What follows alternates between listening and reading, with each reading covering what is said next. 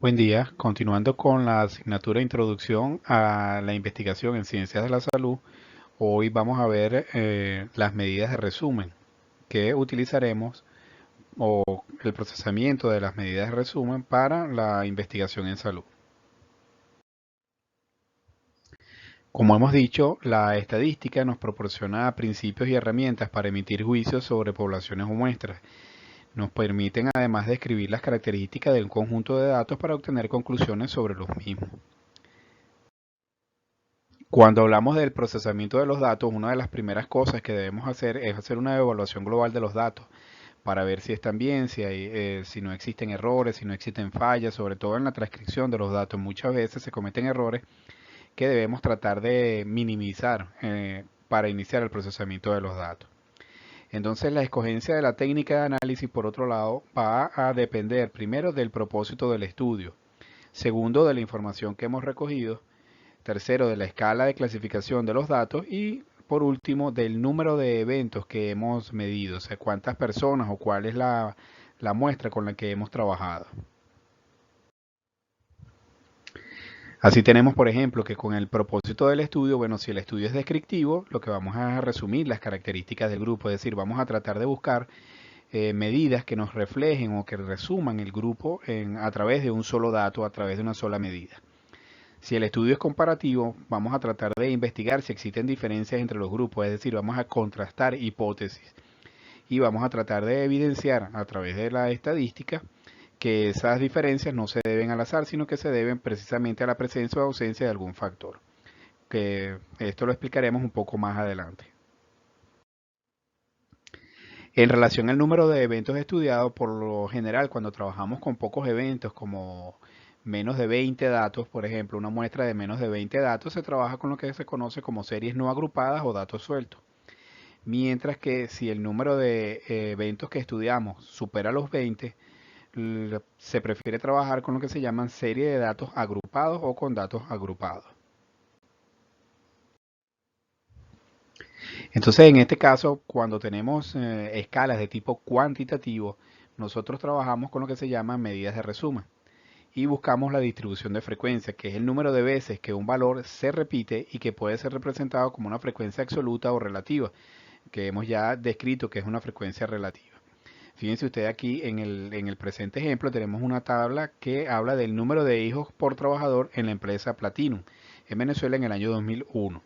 Si observamos acá, vemos el número de hijos, ¿verdad? Es 0, 1, 2, 3, 4, 5 o 6. Y este es el número de trabajadores que tienen 0 hijos o el número de trabajadores que tienen un hijo. Esto es una distribución entonces de la frecuencia. Lo podemos presentar, ¿verdad? Individualmente o también podemos agrupar. Los que tienen entre 0 y un hijo son 65 trabajadores, es decir, vienen de aquí de la suma de esto que está acá. 65 trabajadores. Los que tienen entre 2 y 3 son 77 trabajadores y los que tienen entre 4 y 5 serían 15 y así sucesivamente, hasta completar los 160 trabajadores. Entonces esto es lo que es un ejemplo de la distribuir la frecuencia de observaciones que tenemos dependiendo del evento. Entonces para ello construimos una escala que sería esta que está aquí, ¿verdad? Y luego vamos distribuyendo las frecuencias en función de esos valores que hemos descrito aquí. Vean ustedes, entonces resulta que los números que nosotros hemos presentado en unas láminas anteriores representaban los niveles de colesterol en sangre para pacientes del Hospital X en Venezuela del año 2002. Aquí tenemos una distribución con 40 datos, entonces ya sabemos que esto es los niveles de colesterol en sangre de esos 40 pacientes. Entonces lo primero que debemos hacer es identificar el valor máximo y el valor mínimo que tenemos acá. El valor mínimo es 171 y el valor máximo es 227 decilitros de colesterol por mililitros de sangre.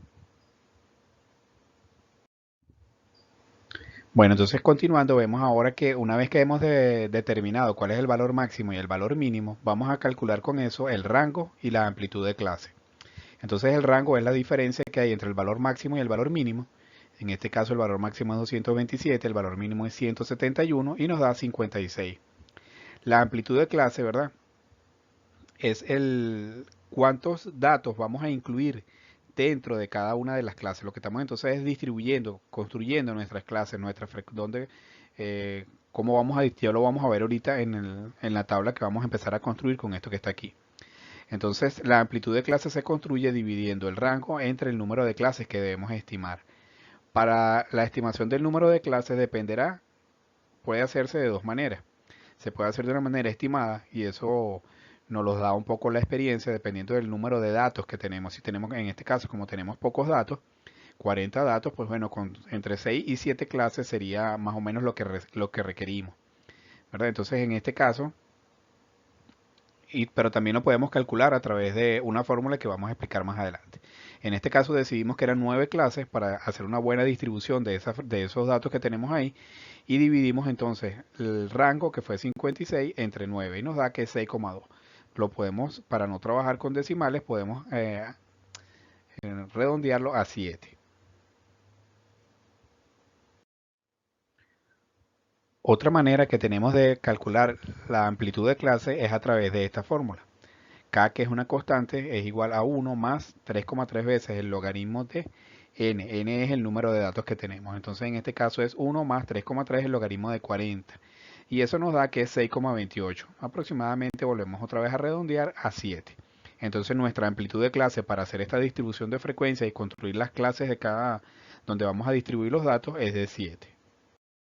Una vez que tenemos nuestra hemos calculado el rango y la amplitud de clases, vamos entonces a elaborar o a construir esto que llamamos clases. Es decir, cómo vamos a distribuir esos datos que tenemos. Entonces sabemos que el dato menor es 171. Tenemos dos maneras de hacerlo. Una puede ser empezando en 170,5, ¿verdad? Y le vamos adicionando los 7, que es la amplitud de clase. Entonces decimos 170,5 hasta 177,5. Luego empieza la siguiente clase en 177,5 a 184,5 y así sucesivamente hasta garantizar que el último valor, que en el caso nuestro era de 221, esté incluido en la última clase, ¿verdad? Se puede hacer también con números enteros si no queremos trabajar con números decimales. Empezamos en 171 y vamos incorporando. Fíjense que nosotros empezamos en 171 y terminamos en 177, o sea, no es 171 más 7. Hay que ir contando de 171, 172, 173, 174, 175, 176 y 177. O también podemos sumar la amplitud de clase y restar 1. Aquí normalmente cuando nosotros tenemos un dato, si tuviéramos datos en números decimales, ¿qué haríamos? Bueno, aquí uno dice, si por ejemplo tenemos un valor como 170,5, ¿dónde iría? Pues iría aquí. Pero si tenemos 177,5, normalmente lo que se estila es que el 177,5 iría aquí. Y si tuviéramos un dato como 177,6, iría en la siguiente clase, es decir, en esta que va acá. Eso es cuando vamos a distribuir los datos como vamos a ver ahora. Entonces, de las dos maneras, siempre debemos tratar de garantizar que en la última clase que es la que está aquí abajo, incluya al valor máximo que nosotros hemos determinado dentro de nuestros datos. Luego, ¿qué hacemos? Distribuir los datos. Es decir, tratar de esto que está aquí, cómo lo vamos a distribuir. Entonces, entre 171 y 177, ¿cuántos datos tenemos? Es lo que se conoce como la frecuencia absoluta. El número de datos dentro de esta muestra que tenemos acá, el número de datos que tienen un valor entre 171 y 177. Lo hacemos lo propio con cada una de las clases y así entonces obtenemos una distribución de las frecuencias. Y aquí las vemos. Entonces en la primera clase hay 2, hay 6, hay 5, hay 9, hay 8, hay 3, hay 3, hay 3 y hay 1. Es decir, si nosotros los buscamos aquí, pues vemos que cada uno de estos datos, para cada una de estas clases hay un solo dato. Entonces de esta manera vamos nosotros construyendo nuestra tabla para la distribución de frecuencia.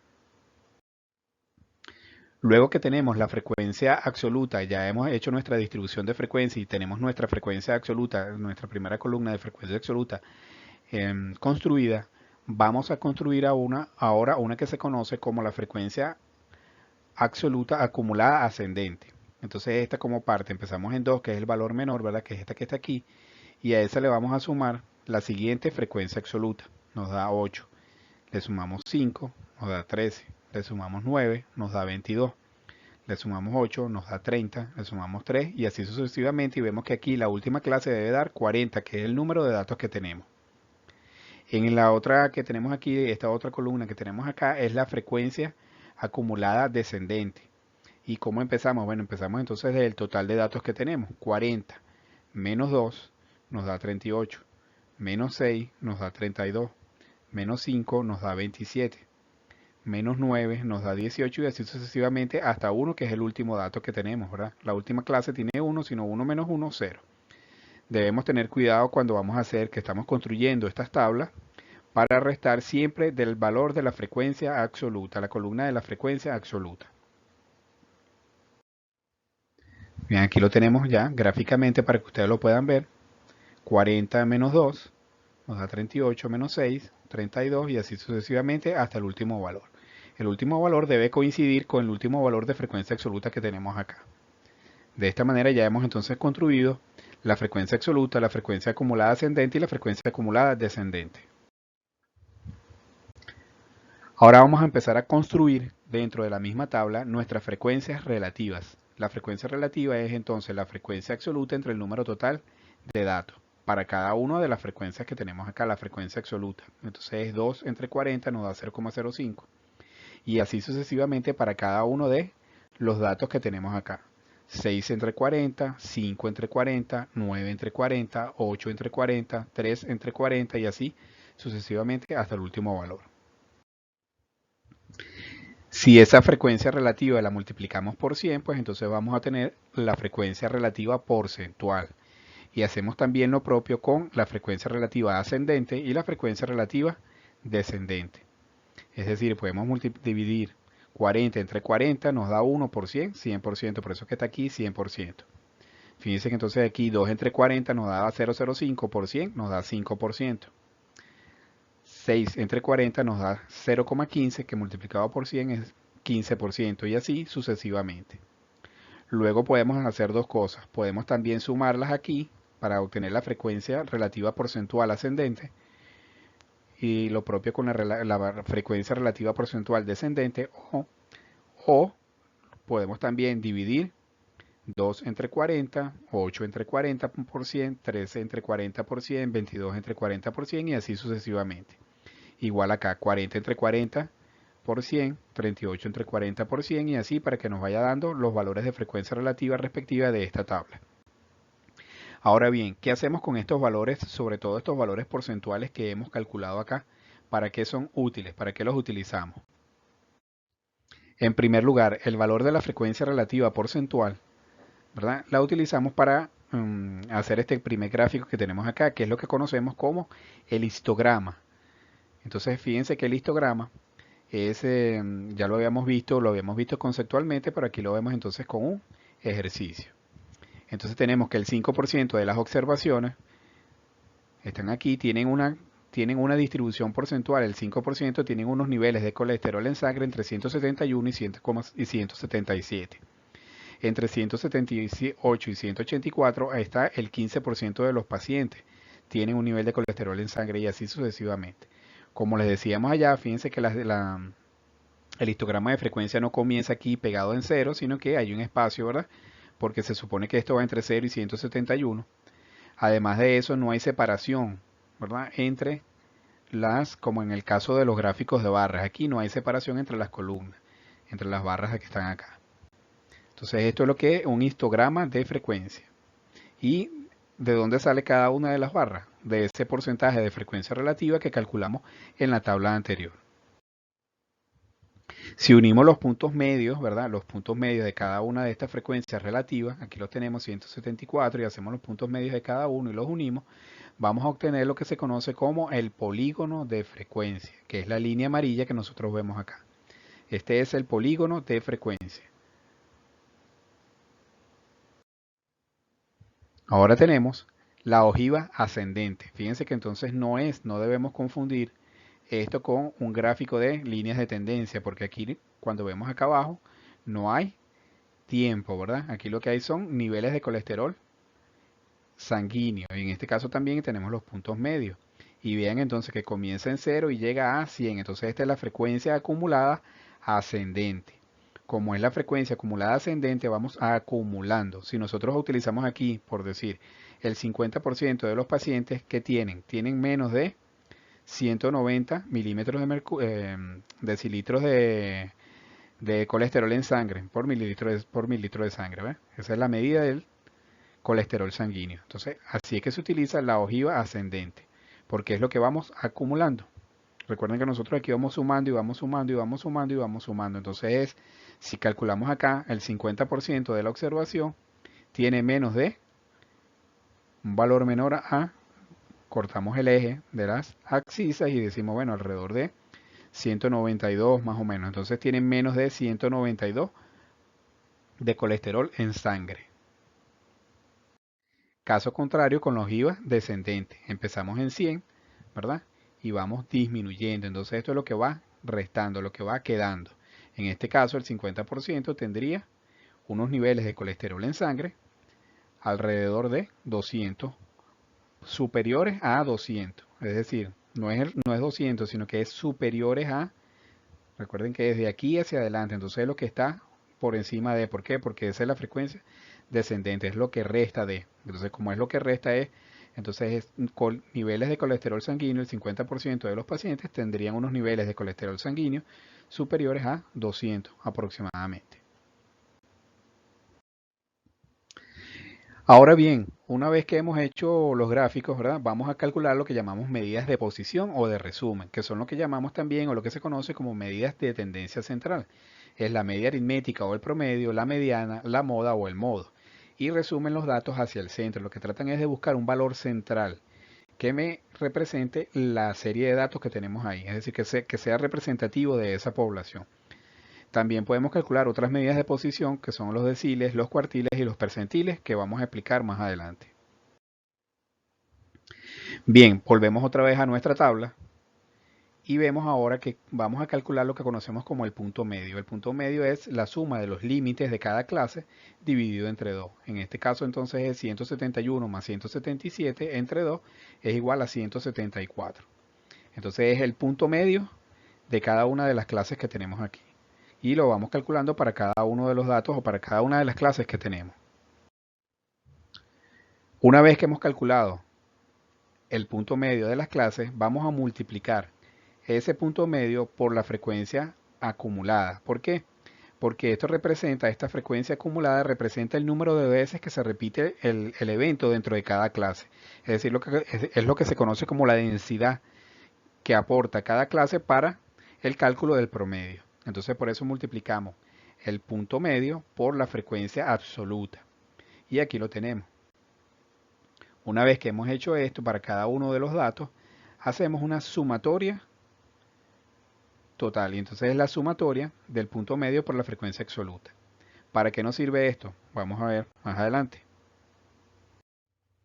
Vamos entonces a calcular la media o el promedio, que es el dato representativo. Entonces fíjense, aquí está la sumatoria del punto medio por la frecuencia absoluta de cada una de las clases dividido entre el número total de datos. De esa manera vamos a calcular el promedio.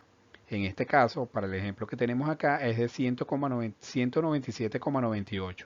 Que entonces en promedio, los pacientes que estaban en ese servicio de salud tienen unos niveles de colesterol en sangre iguales a 197,98 miligramos por decilitro de sangre. Esa sería la interpretación de este primer resultado que hemos obtenido de esa tabla, ¿verdad? De ese agrupamiento de datos que hemos tenido. Entonces, este es el valor que representa a la serie. Luego debemos calcular la mediana. Para poder calcular la mediana tenemos que hacer dos procedimientos.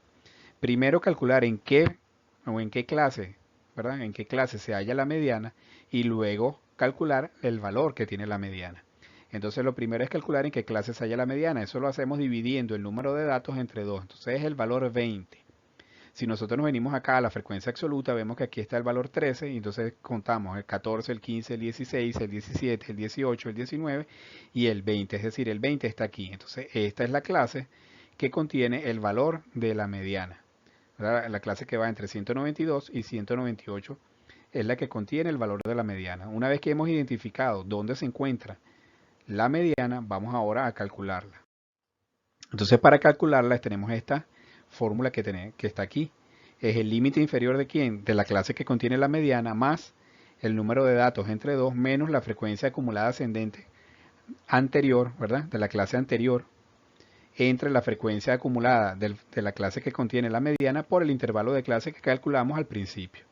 Entonces esto es, la mediana es igual al límite inferior de la clase que es 192 más 40 que es el número total de datos entre 2 menos 13, este 13 es la frecuencia acumulada ascendente de la clase anterior a la mediana entre 9 que es la frecuencia absoluta de la clase que tiene la mediana por 7 que es el intervalo de clase y nos da que es 197,44. ¿Qué representa este dato? Este es el dato que divide la serie en dos partes iguales, es decir, el 50% de los pacientes tienen unos valores superiores al 197,44 miligramos de colesterol por decilitro de sangre y el otro 50% los tiene inferiores a ese valor. Ahora vamos a calcular la moda y para esto hay dos procedimientos. El primer procedimiento igual, podemos tomar, ¿verdad? La frecuencia que tiene mayor.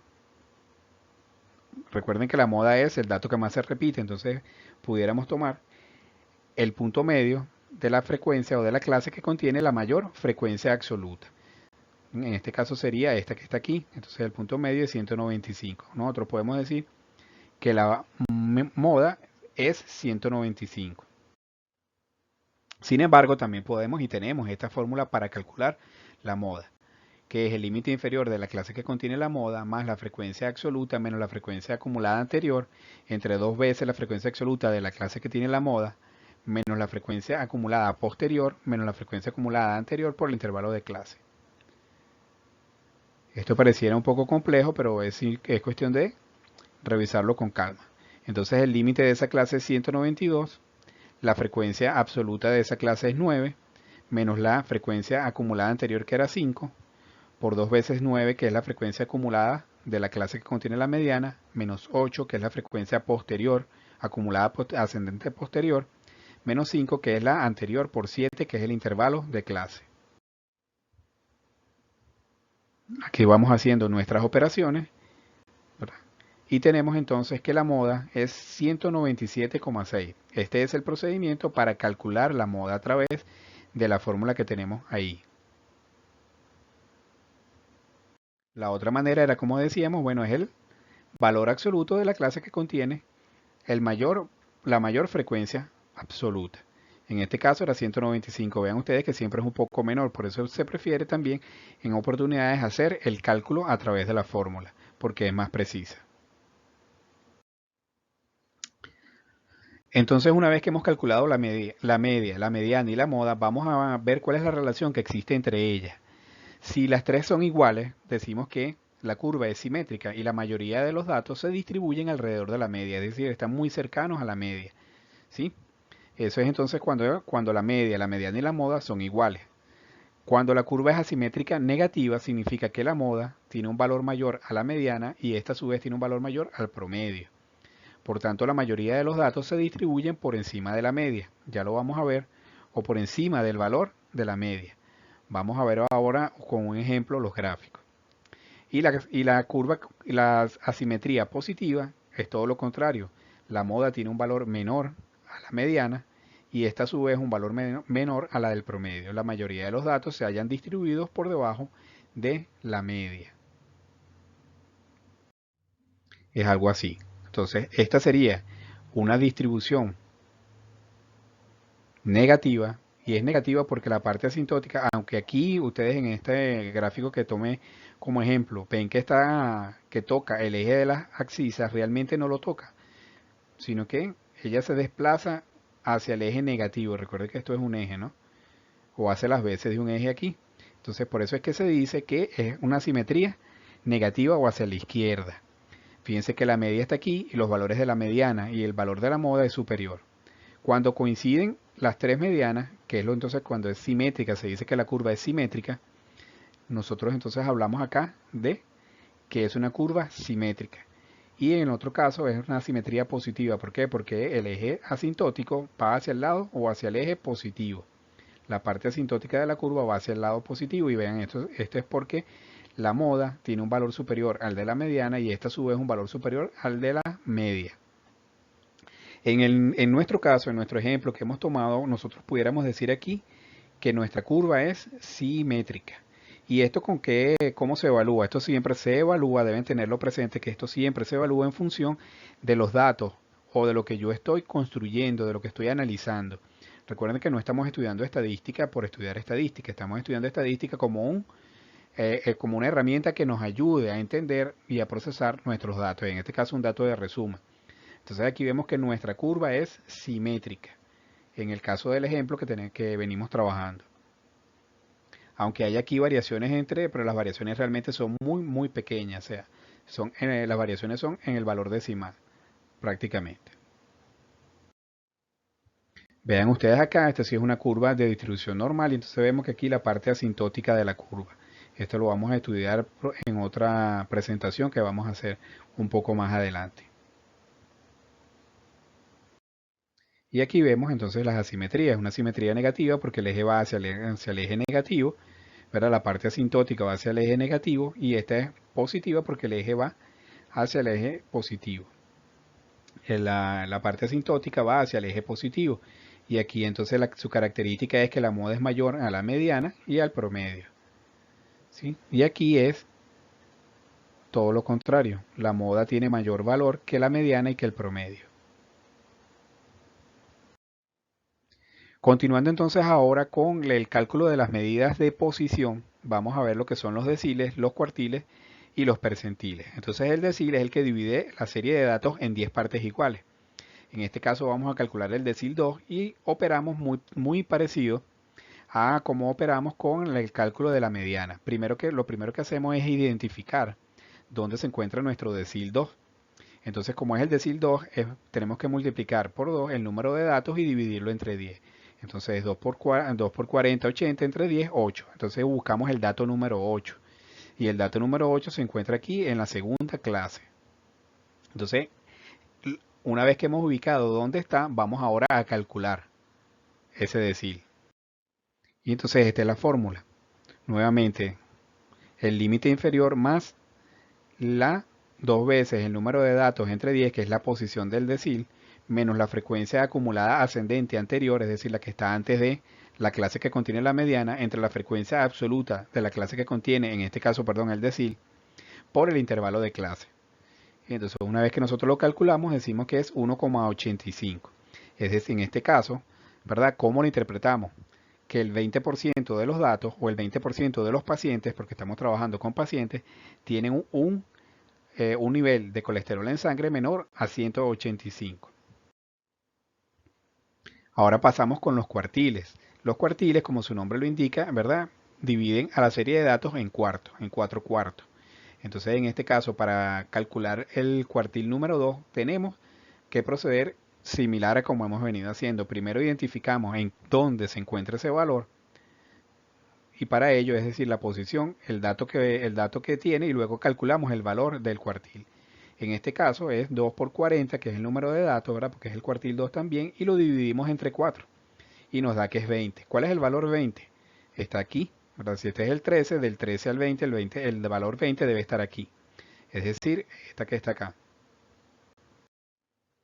Nuevamente, una fórmula similar a la que hemos venido trabajando nos dice el límite inferior más el cuartil 2 es igual al límite inferior más la posición del cuartil menos la frecuencia ascendente de la anterior, ¿verdad? O de la clase anterior a la que contiene en este caso el cuartil 2, entre la frecuencia absoluta del cuartil 2 por el intervalo de clase.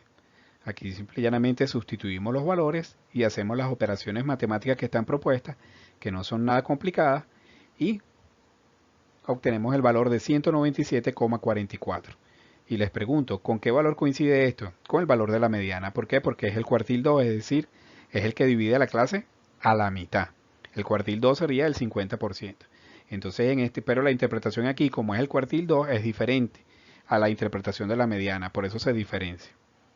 Aquí lo único que podemos decir es que el 50% de los datos tiene un valor menor a 197,44. miligramos de eh,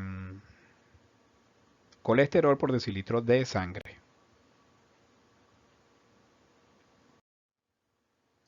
Y finalmente trabajamos entonces ahora con el percentil. El percentil divide la serie de datos en 100 partes iguales. Entonces aquí en este caso vamos a calcular el percentil 25, que coincidiría con nuestro primer cuartil. Entonces para hallar el percentil 25, lo que hacemos es que multiplicamos 25 por el número de datos y lo dividimos entre 100 y eso nos da 10. Entonces este es el valor, este es el dato que representa al percentil 25. ¿Dónde está ubicado? En la tercera clase. Vean, venimos por aquí, dimos el 8 y del 8 salta al 13, es decir, 8, 9, 10, que es el dato que nos interesa, está aquí en esta clase que está aquí. Entonces ahora vamos a calcular ese valor. Nuevamente, una de las fórmulas que hemos utilizado es la misma fórmula, solo que varía y van a variar algunos de los elementos de acá. Entonces el percentil 25 es igual al límite inferior de la clase que contiene el percentil entre la posición del percentil que se obtiene multiplicando 25 por n entre 100 menos la frecuencia acumulada ascendente de la clase anterior a donde está ubicada el percentil entre la frecuencia absoluta de la clase que tiene el percentil por el intervalo de clase. Una vez que hemos hecho las operaciones matemáticas, recuerden también, solo para recordar, primero operamos aquí adentro, luego restamos, luego dividimos y por último multiplicamos. Entonces nos da que es 187,8. ¿Qué significa esto? ¿Cómo lo interpretamos? El 25% de los pacientes tienen unos niveles de colesterol en sangre menores a 187,8 miligramos por decilitro de sangre. Gráficamente vean ustedes lo que acabamos de calcular, es decir, los cuartiles me van a dividir en 4 partes iguales la serie de datos, los deciles en 10 partes y los percentiles en 100 partes. Entonces podemos calcular el percentil que nosotros querramos. Como son los acumulados, siempre este percentil se refiere a lo que está antes de.